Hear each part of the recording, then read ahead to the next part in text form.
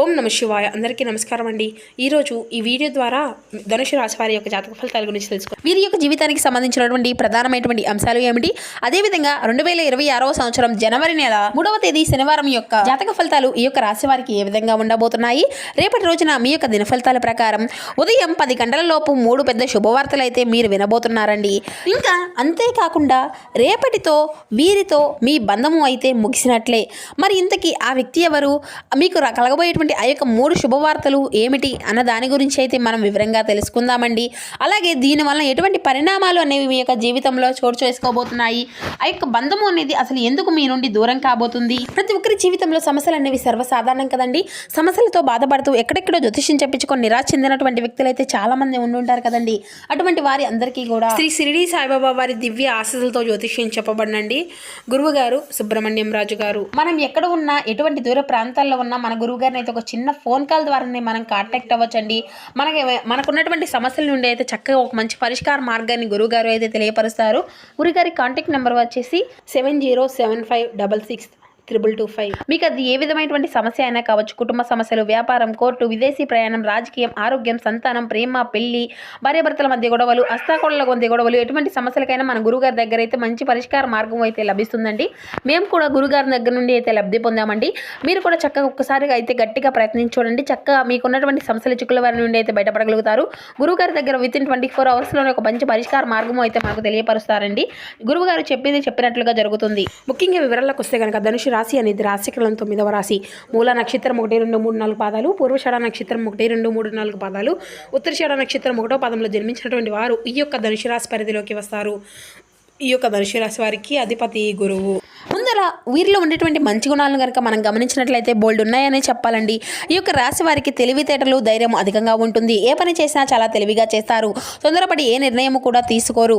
బాగా ఆలోచించిన తర్వాత ఏ నిర్ణయాన్ని అయినా వీరు ఎంచుకుంటారు. ఇప్పటి వరకు ఎన్నో కష్టాలను, బాధలను పడుతూ వచ్చారు. జీవితంలో ఎన్నో కోల్పోయారు కూడాను. వీరికి కుటుంబం యొక్క బరువు, బాధ్యతలు కూడా చాలా అధికంగా ఉంటాయండి. దానికోసం వీరు ఎంతో కష్టపడుతూ ఉంటారు. అయితే ఈ యొక్క రాశి వారికి రేపటి రోజున శనిదేవుని యొక్క అనుగ్రహము అయితే వీరిపైన ఎక్కువగా ఉండబోతుందండి. శనిగ్రహం యొక్క అనుగ్రహం వీరిపైన ఉండడం వల్ల వీరి యొక్క జీవితంలో ఎంతో అద్భుతంగా ఉండబోతుంది. దానివల్ల ఎంతో అదృష్టము అనేది వీరిని వరించబోతుంది. ఏ పని చేసినా కానీ మంచి లాభాలు వస్తాయి. ఏళ్లనాట శని నుండి విముక్తి అయితే లభించబోతుందండి. ఎటువంటి ఆటంకాలు కూడా మీకు జరగవు. డబ్బు పరంగా బాగా కలిసి వస్తుంది అనే చెప్పాలి. ఇంట్లో డబ్బు పెరుగుతుంది. అప్పుల బాధల నుండి పూర్తిగా విముక్తి అనేది లభిస్తుంది.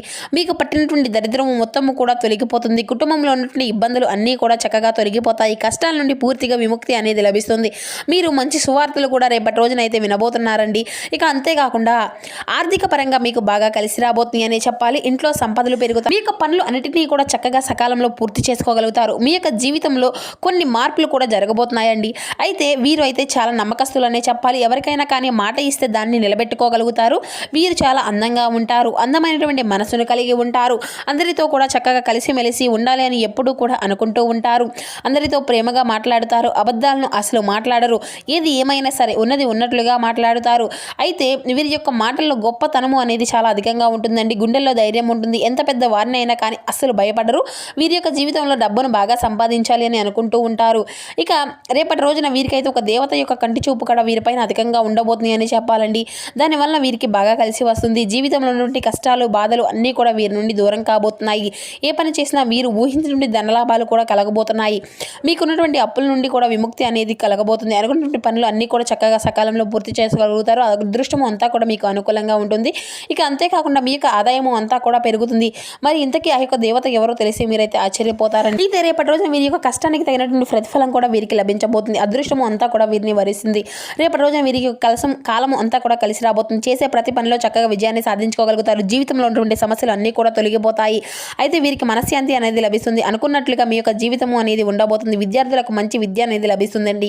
అంతేకాకుండా వ్యాపారస్తులు మంచి లాభాలు గడించుకోగలుగుతారు. ఎటువంటి ఇబ్బందులు కూడా ఉండవు. ఇక ఉద్యోగస్తులకు అయితే మంచి జీవితము అనేది ఉంటుంది. జీతాలు పెరుగుతాయి. ఎవరైతే నూతనంగా ఉద్యోగం కోసం ఎదురు చూస్తూ ఉన్నారో వారికి అతి త్వరలోనే ఉద్యోగము అనేది, దీనికి సంబంధించినటువంటి శుభవార్తలు కూడా రేపటి రోజున అయితే మీకు లభించబోతున్నాయి. ఇక ఈ యొక్క రాశి వారికి ఎంత కోపం అనేది ఉంటుందో అంతకన్నా ప్రేమ అనేది ఉంటుంది. ఎవరు ఏదైనా అంటే అప్పుడే కోప్పడతారు. తర్వాత ఎంతో బాధపడతారు కొన్నాను. ఇక అప్పుడే తిడతారు. ఆ తర్వాత వీరికి జాలి గుణం అనేది కూడా చాలా అధికంగా ఉంటుందండి. ప్రతి ఒక్కరికి కూడా సహాయాన్ని అందిస్తూ ఉంటారు. నానుకున్న వారి కోసం ఏదైనా ఏదైనా చేస్తారు. వారికి ఏ సమస్య వచ్చినా కానీ వీరు ఎప్పుడూ కూడా తోడుగా ఉంటారు అని చెప్పాలి.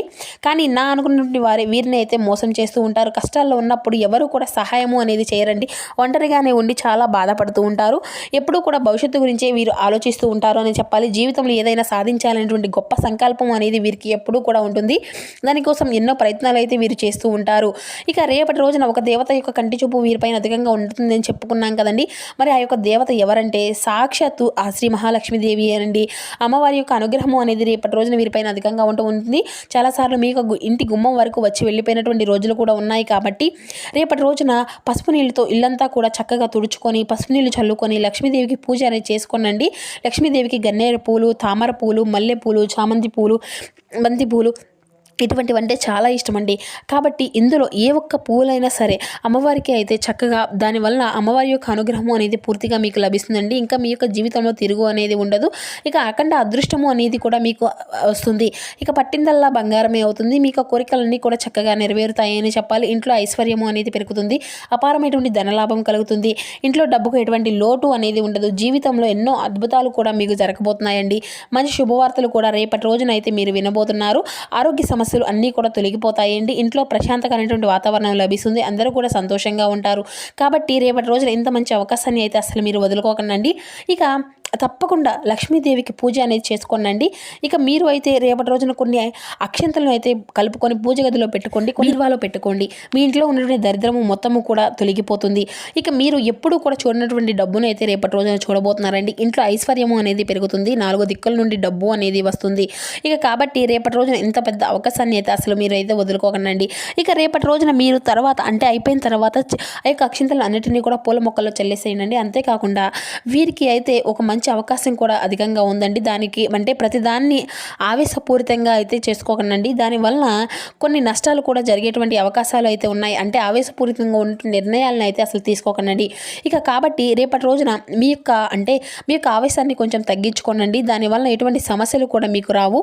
ఇక అంటే వారు రేపటి రోజున బయట వెళ్ళే ముందు అయితే 2 లవంగాలను అయితే జేబులో పెట్టుకొని మీరు బయటకు వెళ్ళడం అయితే శుభప్రదం అండి. దానివల్ల వెళ్ళే పనిలో చక్కగా విజయాన్ని అయితే సాధించుకోగలుగుతారు. ఎటువంటి చెడు ప్రయోగాలు అనేవి మీ పైన పడకుండా ఉంటాయండి. అంటే చెడు దృష్టి అనేది ఉంటుంది కదా, అటువంటివి ఏవి కూడా మీ పైన ముట్టకుండా ఉంటాయి. ఇక రేపటి రోజున మంచి సంతానం అంటే ఎవరైతే నూతనంగా సంతానం కోసం ఎదురు చూస్తూ ఉన్నారో అంటే దీని గురించి ఒక శుభకరమైనటువంటి వార్తను కూడా మీరు వినేటువంటి అవకాశం అయితే కనిపిస్తుందండి. ఇక పెళ్లి కోసం ఎదురు చూసేటువంటి వారికి కూడా అతి త్వరలోనే పెళ్లికి సంబంధించినటువంటి శుభవార్త కూడా మీరు వినబోతున్నారు. ఇక ఈ 2 శుభవార్తలు అయితే రేపటి రోజున ఖచ్చితంగా నెరవేరబోతున్నాయి. అంతేకాకుండా మీకు వీలైతే కుక్కలకు ఆహారము అనేది దానం చేయండి. దానివల్ల ఎంతో పుణ్య ఫలితము అనేది మీకు లభిస్తుంది. మీ యొక్క జీవితంలో ఉన్నటువంటి శని దోషాలు అన్నీ కూడా తొలగిపోతాయి. మీకు తగిలినటువంటి అడ్డంకులు అన్నీ కూడా దూరం అయిపోతాయి.